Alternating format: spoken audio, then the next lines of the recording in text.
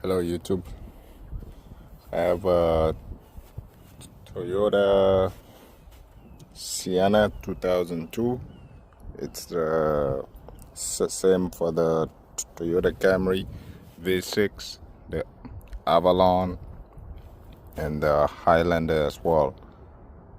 So I'm gonna be changing the knock sensor on this car. It has two knock sensors.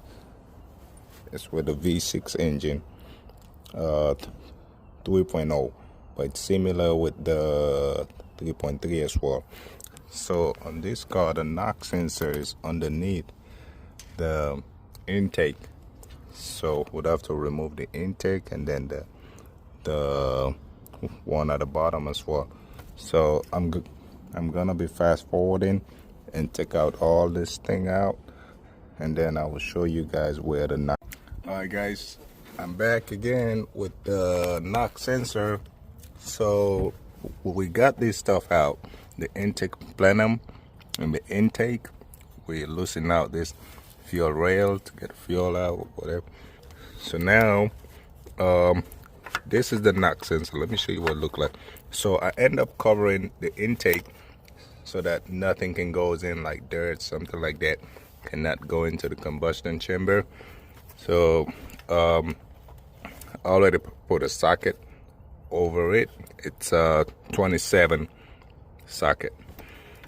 So I break loose the first one. Let me show you guys. I thought you was going at the store or first. Okay. Because I was like, what? I break loose the first one, so it's loose. So you turn it up like this. Hold up. Most of the time it's very tight. So what you can do, you hold it, you put force. Okay, so it's loose. Perfect. So since it's break out, now what you're gonna do is turn it with your hand.